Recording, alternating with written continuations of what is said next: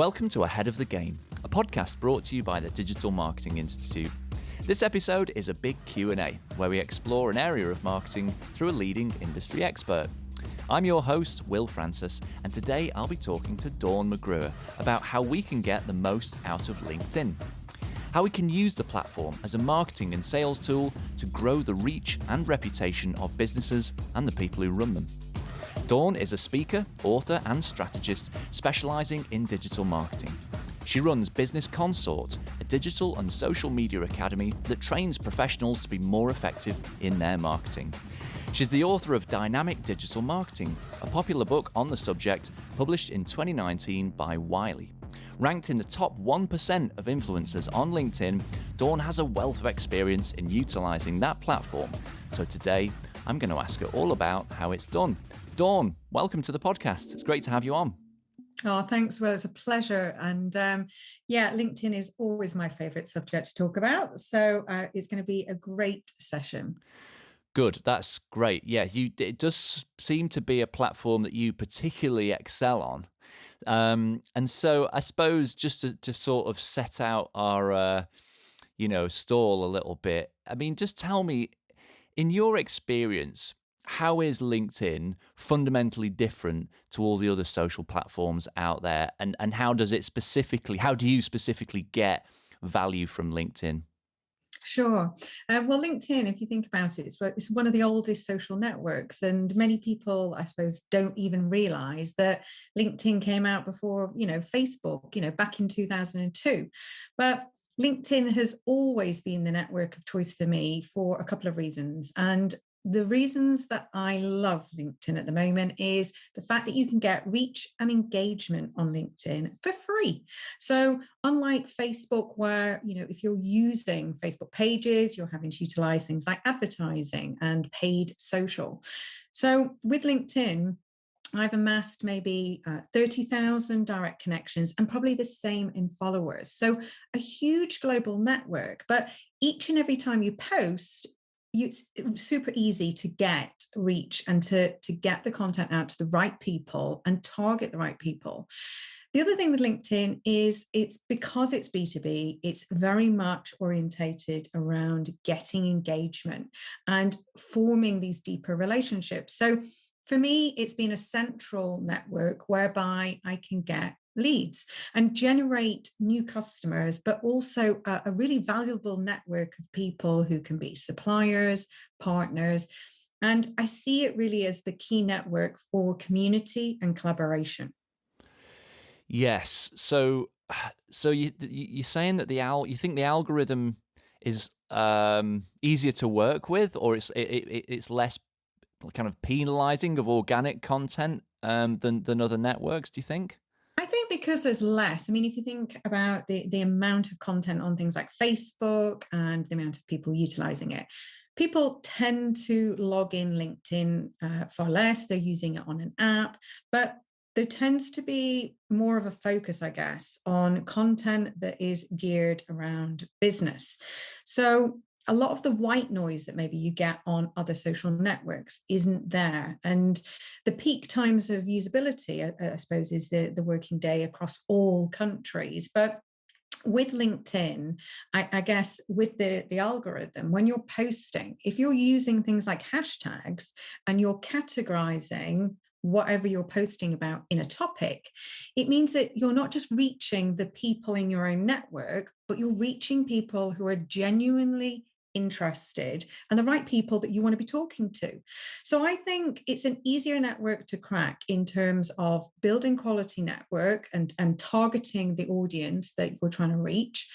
I feel it's more likely that you would meet people that you connect with on LinkedIn, either virtually or face-to-face in a more one-to-one basis or a group environment.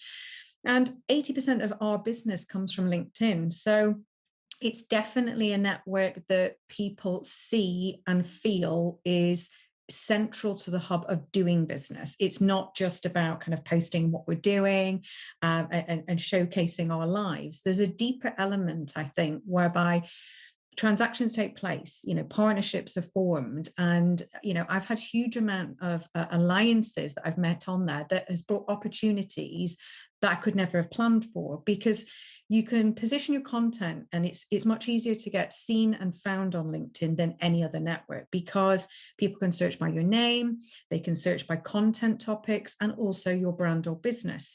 So to showcase yourself and stand out from the crowd, it's definitely a network that I feel once you master is so valuable. And it's a network that I would feel that, has contributed hundreds of thousands, if not millions, to our business, through developing customer relationships. Yeah, no, that's some really interesting points. So just unpack some of that, I think. You mentioned hashtags. LinkedIn adopted hashtags. I think it appeared to adopt them a bit later than some of the other platforms. Are they valuable? Are they worth using in posts? Yeah, definitely. I think there's two angles for hashtags. Number one, if you use 2 or 3 hashtags in your own content that you're posting, it means that your content is going to reach a far broader audience, one that is around the content that you're posting. You don't want to be posting on LinkedIn and just posting into the abyss. You need to tell LinkedIn where that content needs to go. So the second angle is that all of the users on LinkedIn can go and follow hashtags for a particular topic that they are interested in. So if you're positioning your content around hashtag topics that they have followed, then it means that you're going to show up in their newsfeed, and the chances of engagement are 10 times higher because they're getting the right content that they're interested in seeing. Yeah, no, absolutely. And we've already kind of got down to talking to the nuts and bolts of content. And I suppose thinking about that, I think there's a common misconception I come across with LinkedIn content where people feel that the content has to be quite kind of corporate.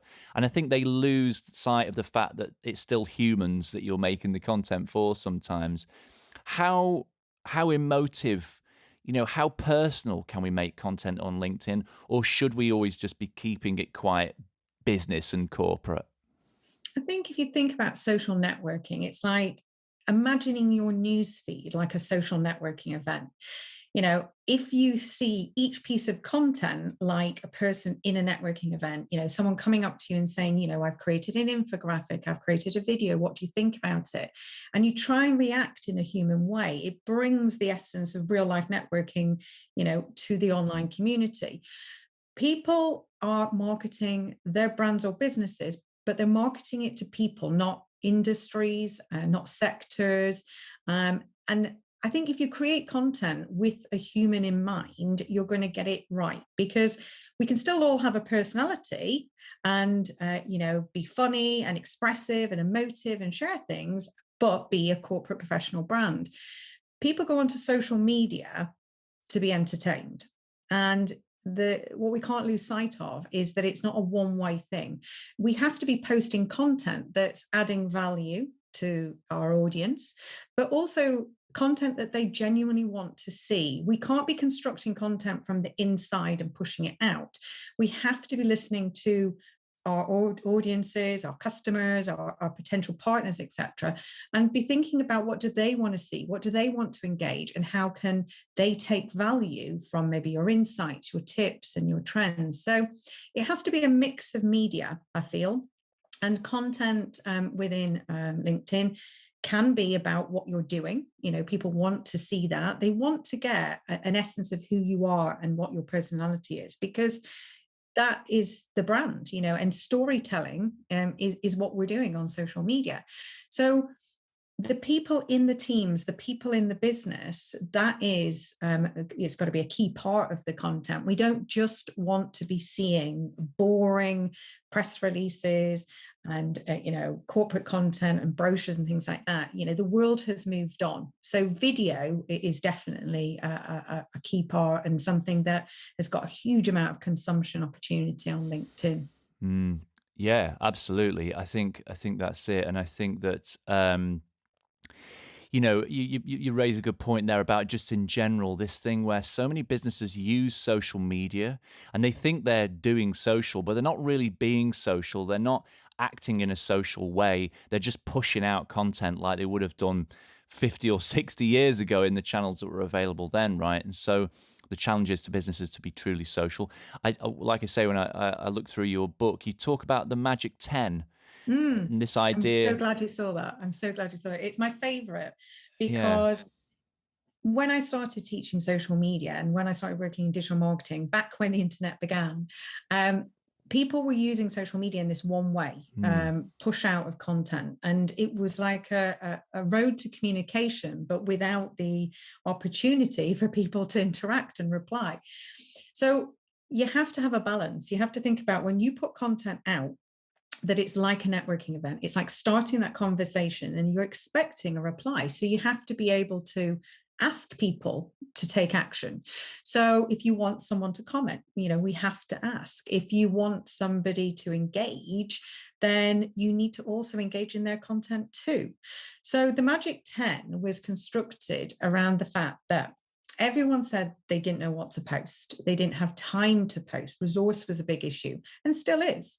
And the consistency and frequency of knowing kind of what to do and when to do it is a big thing. Still people struggle with what are the tasks around doing your social media and getting a strategy in place. So the Magic 10 was constructed to kind of combat those things. What it does is it tries to bring the essence of social media and what the social network wants you to do into an easy to do process, which is literally 10 minutes a day. And you have to do 10 interactions. Now, this gets you into the flow of actually commenting, liking, and sharing and connecting.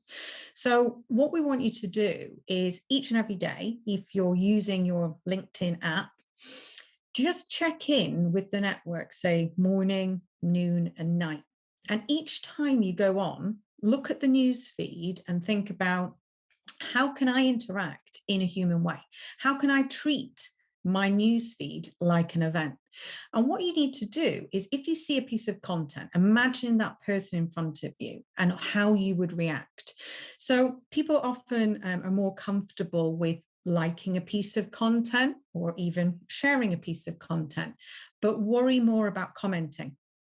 And what we want to do is encourage people to feel comfortable in commenting, because you're not entering a political debate or anything like that. You're just trying to react in a normal way. So if you genuinely liked the image or the article or the insight or the trend that post represented, just say, great article, or comment in a normal way. And I think the thing is once you've done it 2 or 3 times, and you realize nothing detrimental happened, then you get into the flow. And honestly, the difference it makes when you are commenting, liking, and sharing and bringing this two-way entity, this is when true social networking comes into play. Because guess what? People talk back. And the more activity you bring, the more activity comes back. So it's this ebb and flow. And comment, liking, and sharing is one part. So that means that you're always going to be interacting in a really positive way, strengthening and deepening your connections and relationships with these people in the audience. And you've got half a chance of turning the connections into either paying clients or partnerships, or bringing that relationship into fruition. Then the second part is about growing your network and making sure that you've not just got a stagnant network of people who are coming to you, choosing you.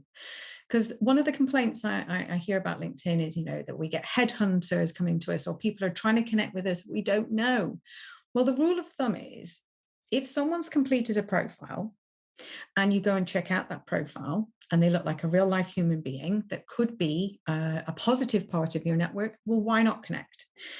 But you don't just want to be sitting there. You want to be proactive and driving your network so that you're cancelling out the white noise. And the more quality people you connect with, then you're building this great target audience, but you're also going to see more things in your newsfeed that are uber relevant to you. So you have to comment, like, share, connect. And each of these actions that you take, so comment, liking, and sharing, is one interaction. And then the aim is to try and connect with 10 people a day. And I promise you, if you did that, even for a week, 2 weeks, a month, or whatever, you're guaranteed to double your network and your engagement. It can't fail. And it's a process I've used for the past 10 years, but it's the most valuable because it brings social media into context of this is what I need to do when I need to do it. I mean, it's insanely basic in a lot of ways. It's almost like telling people, right, here's a phone, and what you have to do is when someone talks down one end of the phone, you talk down the other. Do you know what I mean? It feels like it's such a basic instruction, and Yeah. yet so many of us lose sight of that because when you're in a marketing role and you're tasked with social media or you're running your business, you think, oh, you're under this pressure to just get Mhm. stuff out there and just keep pushing stuff out there. And you basically use it like a megaphone, just blasting messages out there. But of course, these LinkedIn, like every network, is algorithmically driven to varying degrees. And what you're talking about, it shows the algorithm. I turned up and I turn up every day. And the algorithm wants more of that. It wants to show and surface more of that. Yeah. Whereas it will actively hides the people that just turn up with their megaphone, right? So that will work now more than ever, and I think it's a really good, actionable and practical tip for our listeners. So thanks for that. And the other kind of side of LinkedIn, when I bring up LinkedIn with people, a lot of people then ask me about social selling, this idea of social selling. We hear a lot about that concept. How do you see social selling working and giving a business value in the context of LinkedIn? Sure. So social selling for me has always been the heart of networking. And it's something that I think people struggle in terms of understanding exactly what does it mean?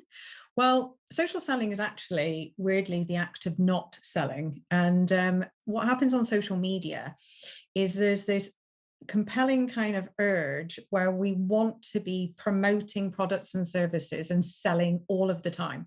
Here's a product, buy it, buy it, buy it. Actually, you will sell more if you do two things, which is position your products and services by showcasing what you're doing and getting other people's opinions on it, having things like case studies, testimonials, interviews. People will understand what you do more so, by if you took a picture at an event or you were meeting a client or telling people what you were doing. And what it does is it's like a pulsing radar. We see what you're doing. And, by showcasing things like your accolades and your awards, what you're doing is building this picture and perception about your brand, and you're getting awareness. People understand what you're doing. And quite often I'll meet people who will say, oh, Dawn, yeah, I saw that you won this award. They may not have commented, liked, or shared it, but you're keeping your brand in the mind's eye, and keeping a perception out there that you are growing and scaling.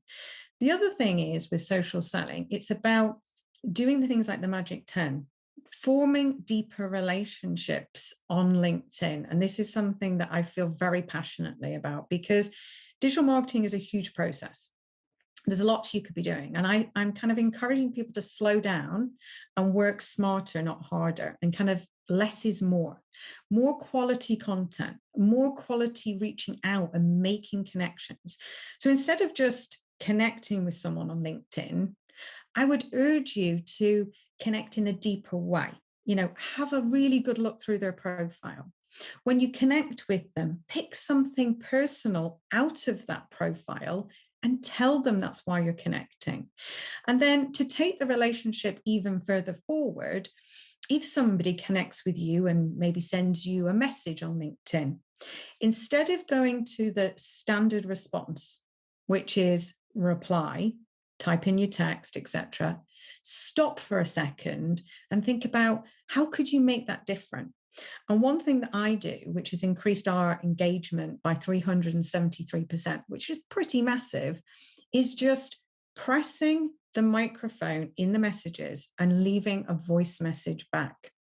So if someone reaches out, instead of giving them text that they get every day, they're going to be far more receptive, and also you're going to be far more memorable to them if you actually speak. And this is a big difference. So I think it's just slowing down and thinking about the actions. How could I make this relationship better? How could I take it to the next level? Why am I connecting with this person? What do they need to know about me? We do not want to receive the types of inbox messages that say, as soon as you connect, hi, I'm Brian, I sell X, Y, and Z. Because as soon as that happens, it's like walking into a meeting and handing a proposal before you even know what that person is to you in your network. So don't sell, build the relationship, fact find, and you will stand out with that person. I've had relationships that I've been connected with people for 20 years on LinkedIn, and they stay in my network because obviously they're finding out more and more, and the same vice versa. And we're building an online community. Yeah, that's really really interesting way to hear about that. So I mean, we're sort of saying depth over breadth, or rather quality over quantity. 100%. Hello, a quick reminder from me that if you're enjoying our podcast series, why not become a member of the DMI so that you can enjoy loads more content, from webinars and case studies to toolkits and more real-life insights from the world of digital marketing. Head to digitalmarketinginstitute.com/ahead of the game to sign up for free. Now back to the podcast. And so, I mean, for social selling in particular, do you think LinkedIn in general is more suited to top of funnel activities? Is that driving awareness, or does it come into play through all the stages? I think all the stages. I mean, I think it's definitely the sort of network where people start to find out about brands and businesses. It's a great network to storytell. But for lead generation as well, I mean, literally from the minute that people engage in your brand, the way that LinkedIn is structured is it tends to be people first over the business pages. You know, people buy people. I've always been an advocate of building the network through the people within the organization and then sharing the content onto the page. So it's a people first approach. And I think it can help in all stages of the customer life cycle and all aspects of, you know, right the way from brand awareness to reconnecting and keeping people in your network and account managing them. So for me, I think it's a network that's really underutilized. I think there's still a lot of people who don't know how to use LinkedIn. But I think that's one of the confusing things. So just want to clarify what you've said there. On every other network, it's all about the company, and then people are really wary about personal profiles, particularly at some sorts of organizations, right? What you're saying, though, is that it's all about, well, it's primarily about the personal profile and building relationships through your personal profile. And yes, some stuff can get reshared onto the company page, but the company page is never really going to move the needle in terms of business results. Is that essentially what you're saying? Yeah, absolutely. I mean, I think all the brands, if you go and have a look at it, they're using a figurehead within the business to represent, to be the face of the brand because it's more personal. And LinkedIn to me is as close as you can get to a physical networking event because it is about connecting and talking to people. And it's not just about seeing brands and pictures and things like that. It is about the team and the culture. And you will see a lot on LinkedIn that people share that about not just what they're doing as a business, but what are they doing for their teams? How are they helping society? What are they doing in the world of charity work and sustainability to the environment? And I think that's something that we all want to know. So it's definitely a positioning over people first, for sure. Yes, okay, that's interesting because, like I say, you know, that's still news to a lot of people because of the way they've used other social networks for their brands. So it is very different, LinkedIn. But do you think that it can work alongside the other kind of consumer platforms, if you like, and be quite well integrated with them in terms of marketing activity? Yeah, I mean, I think the thing is if you have your profile set up correctly, you'll be bringing forward, you know, things like video from YouTube. You will have other pieces of media on there. Could be articles you've written on other networks. So the thing is I think people will visit your website from it. They'll connect with you on other social networks because people show up differently on each network. And I think people like that flavor. Quite often I'm connected with people on multiple networks and they'll see me on Facebook or Twitter, LinkedIn, and so on. So I think we're used to that. And I think you can cross-pollinate. You know, if we're doing an event on Facebook, I would market it through LinkedIn. I would promote events that we're maybe doing on Clubhouse and newer social networks. And I think the thing is people are omnichannel now. They're used to kind of going on to, one network then the next. And they kind of expect it, and they might go and check out your Instagram. They might go and check out your Twitter account. And I would say the most connections I get from people connecting with me on LinkedIn are coming from things like my email signature. So that we know that when we communicate with people, through other online channels, that they will go and have a look at your website, your social media. And often the first touch point with your brand, if someone Googles you, could be through LinkedIn or one of these other social channels. So I think we have to have a presence across the board, and we have to choose our channels that we'll show up as a brand. But LinkedIn is definitely my primary channel, the one that I would say I spend probably the most time in. Yeah. So I guess off the back of listening to this episode, our listeners are going to think more about their LinkedIn presence and might want to go and kind of essentially improve their profile. So if I was going to give my LinkedIn profile a bit of a rewrite, have you any general tips for that? So doing a profile zhuzh is definitely something I would encourage to A do. zhuzh, I like that. Yeah, you want to do this maybe like every 6 to 12 months, because it's the showcase of who you are. And it's not about talking about the business. It's about who you are in the business and what you represent. So you want to shine online in a way that you are being true and authentic. And people need to understand not just the features of, Dawn McGruer. They want to know the benefits too of like, why they're going to connect with me, what the value going to get, what do I stand for? So I think in a profile, it's important to have a good, friendly picture on there that just represents something that you feel is, you. And it doesn't have to just be overly corporate, but it's something that is smiling. So many pictures on there just look really stern. You also want to have a nice cover page that showcases kind of a little bit about you and what you do. But in your profile, one of the things that is so important is that I want my profile to do all the work. And I want to be able to show up in a context, I'm working smarter, not harder, that I can show up for 10 minutes a day and create value from this network. So if you get your profile showing up in the searches, then people are going to find you. And that means you're not having to do all the effort, that you can be found, you can be seen, people can read your profile.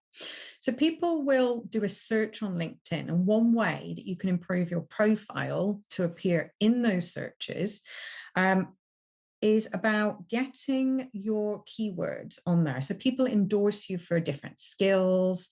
You can also include those keywords in your profile. So anywhere in the profile, like your job title, your. Yeah, I mean, on my profile, you'll see that it's kind of structured in a way of kind of who I am.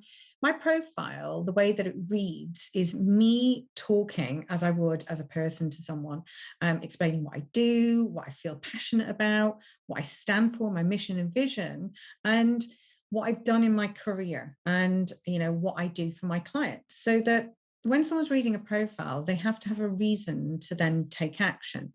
I also would encourage not just keywords, but also pointing a call to action. How do you want people to communicate with you? Do you want them to reach out to you, message you? What sort of work are you interested in? Why are you on LinkedIn?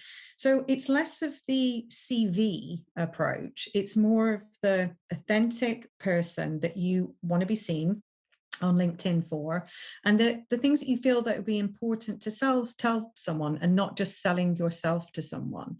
So I would say getting your keywords on there, writing it in a nice way, nice visuals, but also having things like featured media. You can take a post and feature on your profile. You can put videos, PDFs, anything that you feel is going to bring that relationship closer together. They're going to find out more about you, and that they're going to want to reach out and get in touch with you. Yeah, that's great. Good advice. Something I often wonder is, should you accept everyone that sends you a request? I think the thing is I always say, if someone sends you a request, you've got to look at it like they've taken time to do this. Now, there's these awful bots on LinkedIn that people use to just spam. And I definitely receive those requests. Oh, they're horrific. And you can tell. So when you go and look at the profile, you need to make a judgment like, have they filled it in? Are they active on LinkedIn? Are they posting? Do you think they'll be central to your network? It's not about will these people buy from you, but you can generally tell if it's a nice personalized connection. And you know what? If someone's taken the effort to do that, why not connect? Because you're not asking them to move in. You don't have to live with them forever. And if you don't like them in your profile, you can just click remove and they'll never know. So it's a bit like when, people visit your website, you don't tell people to get off your site if you don't know who they are.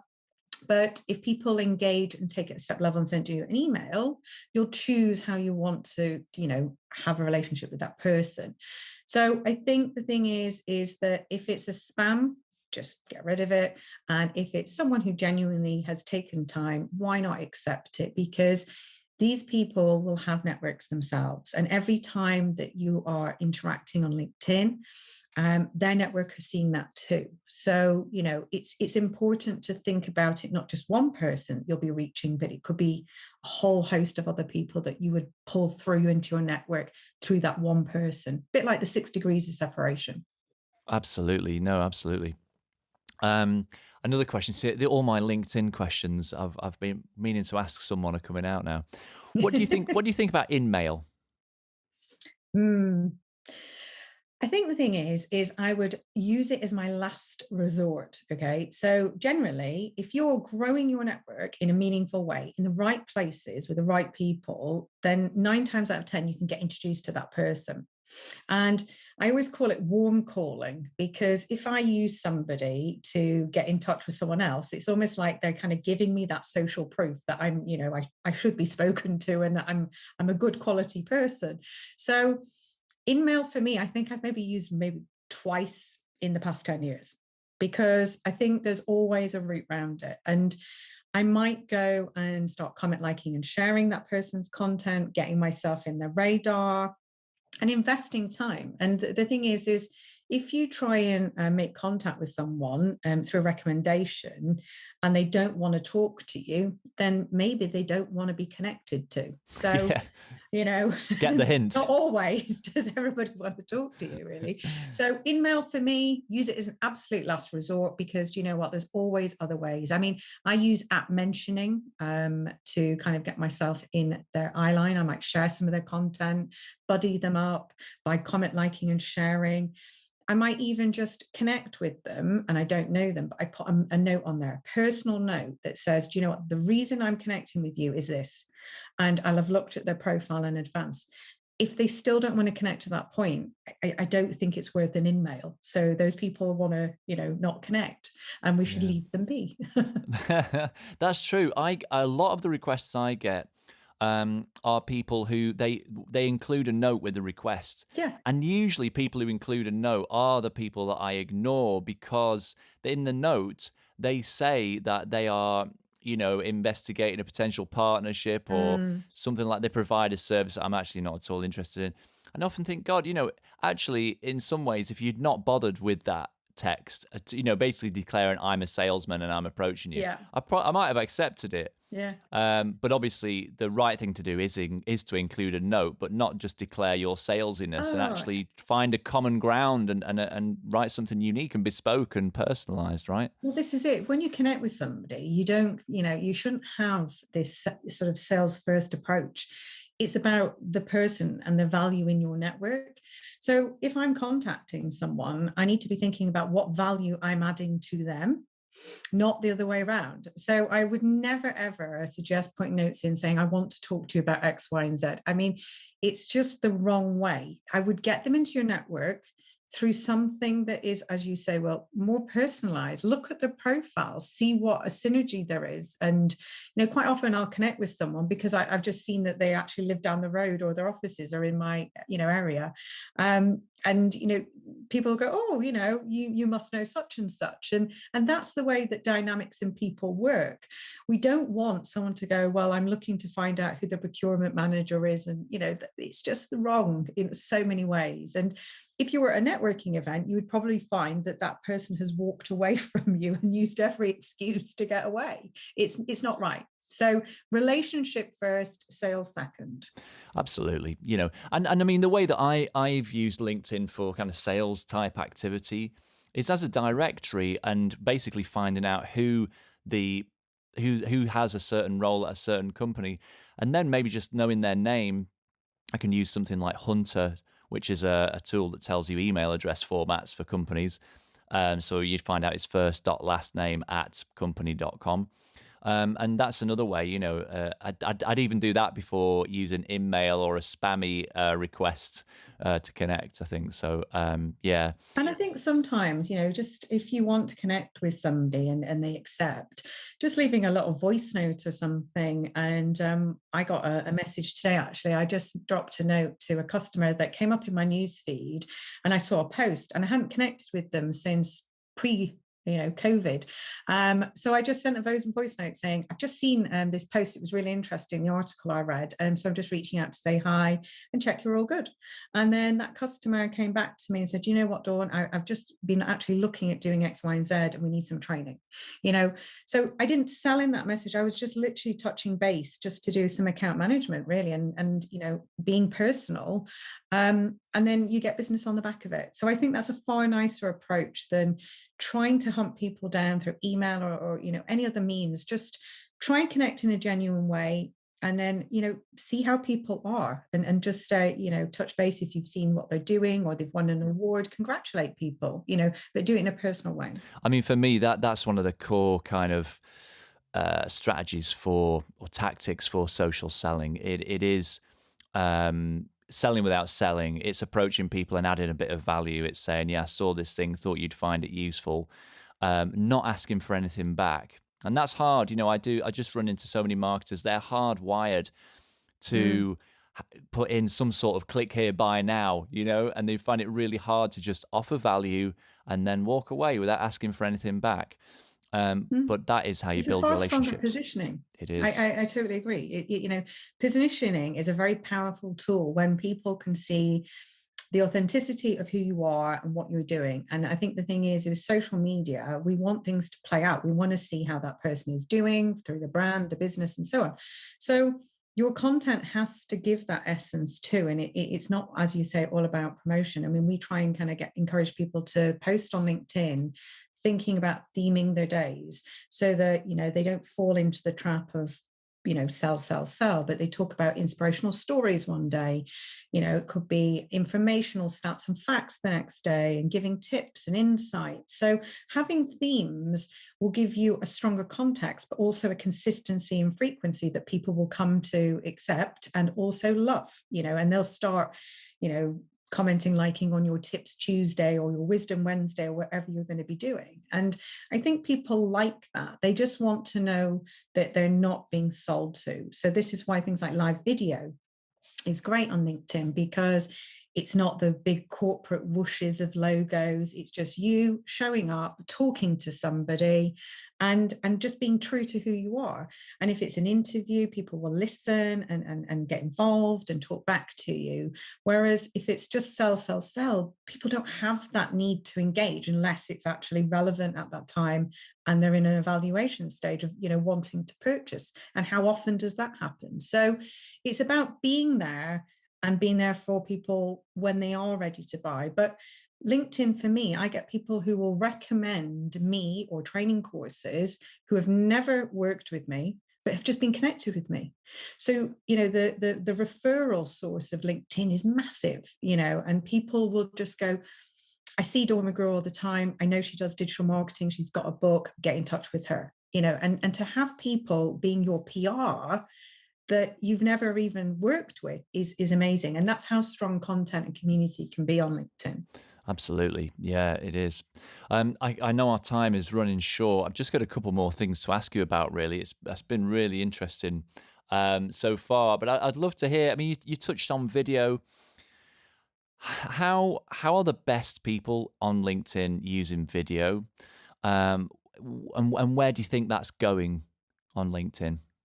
I think we're definitely going for the shorter video, quick consumption, funny, entertaining, the types of videos I feel work, even when I do a quick 60 or 90-second video, would be something, I did one which was why your content is boring. And it was just basically talking about the fact that everyone says, if I'm not getting engagement, I always say to them, well, maybe you need to think about if your content's boring. People want the novelty. I think they're sick of the same stuff. There's a saturation of content online, and we just want to cut through that and bring a little joy. So I think quick consumption, on the fly content where you can bring, value and tips. I might just give 3 nuggets away in a video in 60 to 90 seconds and ask people to DM me, get in touch or comment. And I think they're far more powerful. So I think we'll see more of that. People do like interviews. People like to hear what's going on because it's a bit like reality TV in the world of business. They want to get facts and see inspirational people and how they got there in their journey. So I think less is more. And the good news is that non sort of corporate-y kind of video where it's, hugely polished, something that's done on your phone. I think people just embrace that, walking along, talking, and just giving you as you are, and I think people buy into that more. Yeah, absolutely. I totally agree. And as a last kind of point to explore, how do you use LinkedIn ads, and how do you think that in general people can derive the most value from LinkedIn ads in supporting their businesses? Yeah, I use LinkedIn ads rarely, sometimes use them for clients. We use them in the funnel for anything that's free. So they're marvelous for things like free online events and summits, or, in person, free guides, white papers, things like that. They're a lot more costly than other social channels. So, you tend to have a higher ticket event to get a good return on investment. So this is why if you're promoting something for free, you'll get a good take up because you're adding value. If it's a guide or an event or something like that, we do a lot of online webinars where we use ads to reach, a volume of good quality people. But to be honest, 9 times out of 10, I don't think you need LinkedIn ads. The thing is you've got such an amazing reach, opportunity, and engagement on LinkedIn without the need to pay. This is why so many people who are, avid Facebook users and turn to LinkedIn, because the opportunity was there without the investment and budget. It's just, if you put the time in, you can get amazing results. Yes, and that's the thing about paid versus organic. I think in any channel, isn't it, that it's easy to just go for paid. It's a quick and easy, although it will be expensive option.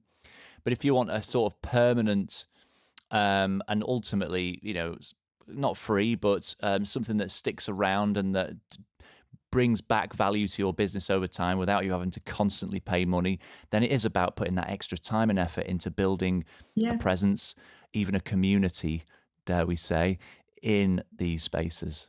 Well, thanks, Dawn. That was very, very insightful. I feel like I've learned a lot. I need to go back and listen to all this stuff and process it, I think. I really like, I know you've given us so much insight already, but I really like to kind of round off with some practical tips for our listeners, that things that they can try straight after listening to the episode. I've got a good roundup. I've got my great fail-safe 7 steps to LinkedIn success that are just quick, easy things that people can kind of take. So tangible kind of actions. Perfect. So the first one is it's a bit of a recap of things we've done, but the first one would be to comment, like, and share, the magic 10. So 10 interactions a day, commenting, liking, sharing, each one interaction. Second one is, remember to build and grow your network. So connect with 10 people out of your choice that you feel would be valuable in your network. Third one is to judge your profile and make sure that your profile really sings who you are and what you stand for, and that you're using all of the keywords that you want to be found. And just do a quick search and see where you come up on there. The next one, number 4, is to try and get into the habit of posting. Even if you're not posting at all, once a year would be better, but ideally, once, twice, 3 times a week. And the thing is if you are sharing content, you can class that as a post, but just remember to put your own kind of mark on top of it and your own slant of what you're asking people to do. And then you can take the glory of comment, likes, and shares. And then number 5 is to reply with a voice message. Take action. Just do one voice message. Someone gets in touch with you, an inquiry or something like that, and just leave a voice message and see how powerful that is. And number 6 is, in your posts, ask for action. So don't just expect us to comment, like, and share. If you want us to do something, ask us to comment.